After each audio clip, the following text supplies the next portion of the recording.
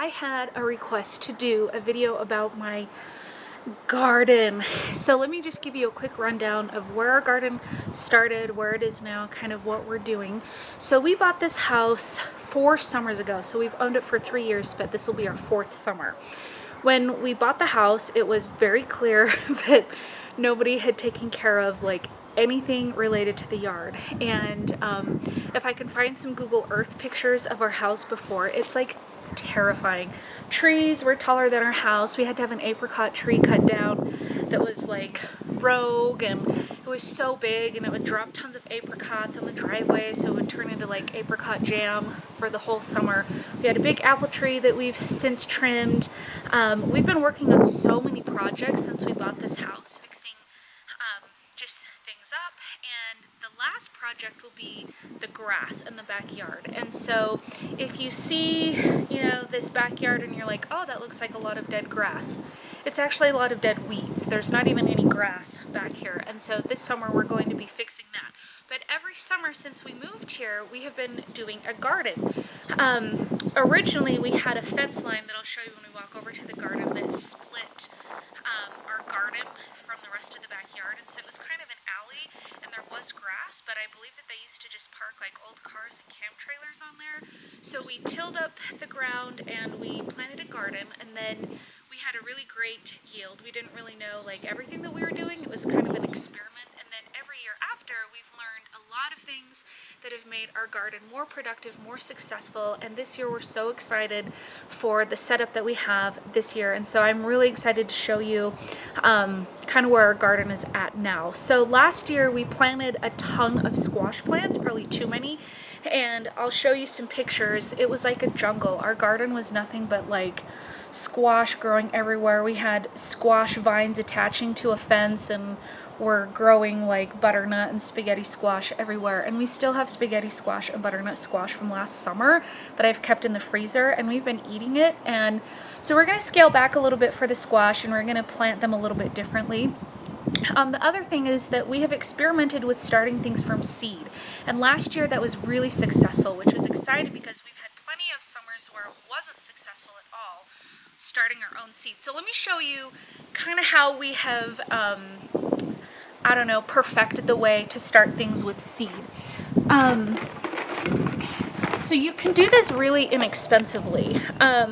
These were just little tins that I got at the Dollar Tree, and then I bought a pellet refill, a Jiffy pellet refill. Now when you get these, they come in these little discs, and then you put them in your pot. You can also get the 9x13 pots. We did that as well. And then you fill it with water, and then they expand into these little pods.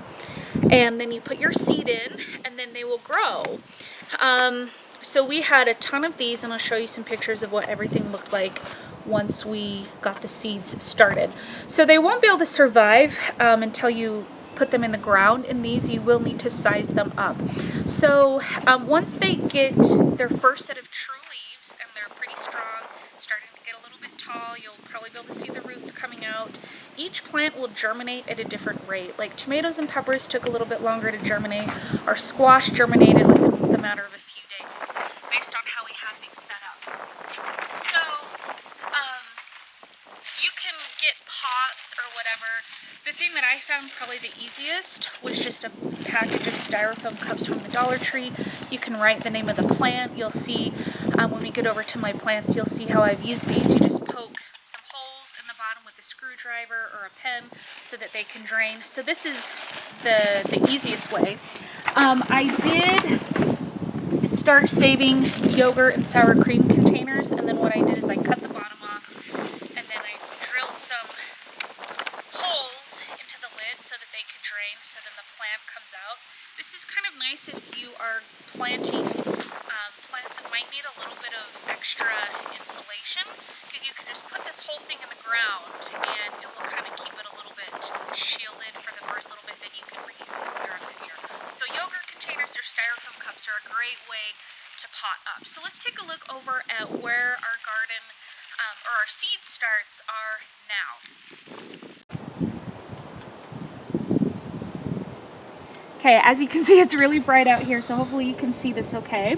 So these were grow boxes that we started our plants in, and we just used some shop lights with grow bulbs that we clamped onto the side, and we kept these indoors until just this last week when we started to bring them outside to harden off. So even when they were in those tiny little peat pots, we just put the grow lights on top, and then as they got bigger, we put them into bigger cups and then kept them in this foil lined box. I believe the foil is just to help the light reflect, and it keeps them nice and warm and in a stable environment. So this cost us like $4.88 per 18-gallon tote. So we definitely need to get these plants into the ground. You can see that the roots are starting to circle around. These were just some cups that we had. We have Roma tomatoes. We have heirloom tomatoes that are looking really good, and I don't know if you can see these pricklies. The cool thing about tomatoes is that all of those little spines that are coming off, once those go into the ground, that's going to send off roots. And then what you want to do as your tomatoes grow is you want to pluck the extra 2 leaves so that there's only 1 leaf. That will help the plant grow up and you'll get a bigger crop. So you can see the styrofoam cups work great. They're a great height. They're easy to plant into the ground. Gives the plant plenty of room to grow. So I've got tons of tomatoes, tons of cucumbers. Here is a bell pepper, and these are doing great. They're very strong and very hardy. And then I'll show you a cucumber.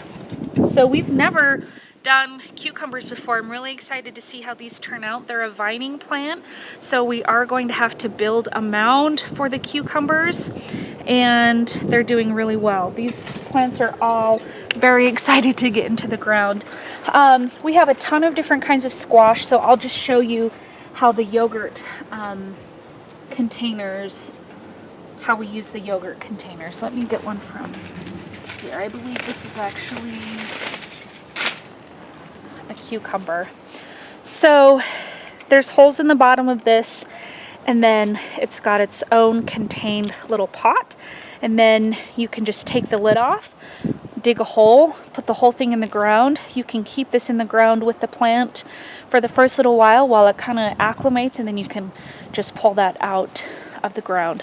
So we've got cucumbers, and then we have acorn squash, butternut squash, kabocha squash, which is my favorite squash, 1 zucchini, see, acorn, butternut, spaghetti, kabocha. I think that's it. So we'll be happy with our squash, and then tons of tomatoes. So let me just show you kind of where our backyard is right now. So last year, and actually this year, we just fixed the fence line. There was a fence that went right down here, and my husband with his bare hands dug out the fence posts. He worked so hard, and then we changed the fence line to fence everything in. So this is kind of Simon's play area. So now we have a fence, and then across the back here, you can see we added the rest of the fence. So now our whole backyard is totally closed. I'm going to show you one more thing that I've done with the plants over here. Oh, I don't fall in the hole. So I found these at the Dollar Tree, and I loved them because they had handles. Here in Boise, Idaho, it gets really hot in the summer, and greens like lettuce, spinach, chard, kale, they don't like the heat. They go to seed really quickly. Our spinach plants never go past June. So we're going to try putting them in containers. I just planted these a few days ago in some potting soil. I put some holes in the bottom so it could drain, and now they've got really easy handles, so I can keep them in the shade and just kind of lift them up really easy. So I've got a ton of greens that will be growing here. This is what our garden looks like right now, and I'll tell you kind of what we have. So we did a major exorcism of all the weeds. There was not a weed left in this, but before we started weeding, I swear some of the weeds were like waist high on that second row. And what we did is we had a company deliver some compost.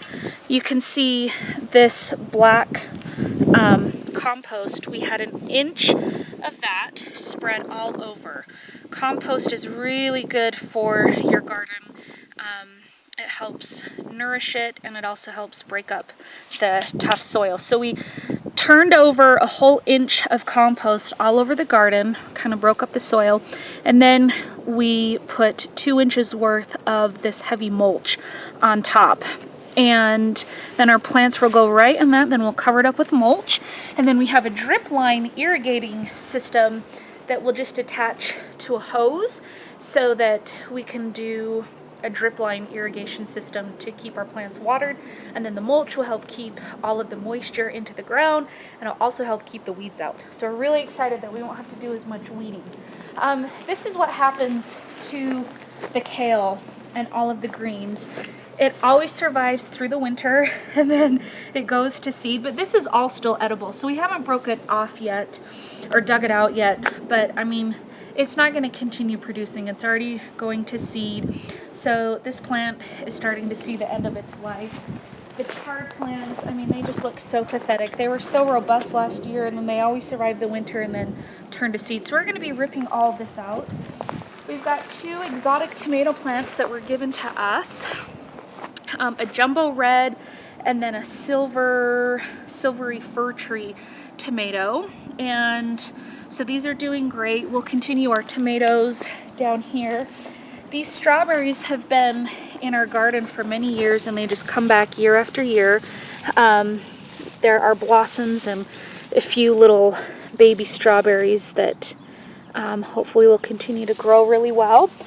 So we've got a row of strawberries, and then we've got our raspberries here that have just done what raspberries do. They start to take over and go wild, and they replant themselves, and then we have replanted some of the new raspberry starts.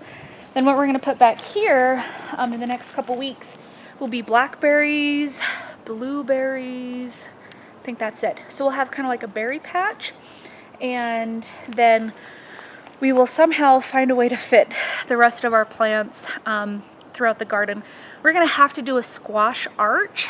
Basically, we're going to get like a cattle fence thing, because last year they didn't have enough room. So we'll have a big arch of a cattle fence thing, and then hopefully that will allow them to grow up and not grow out so much. So this is our garden. As you can see, I've got a lot of plants that are anxious to get in the ground. We are really liking the direction that the garden is going to go this year, especially now that we have the mulch and the compost down.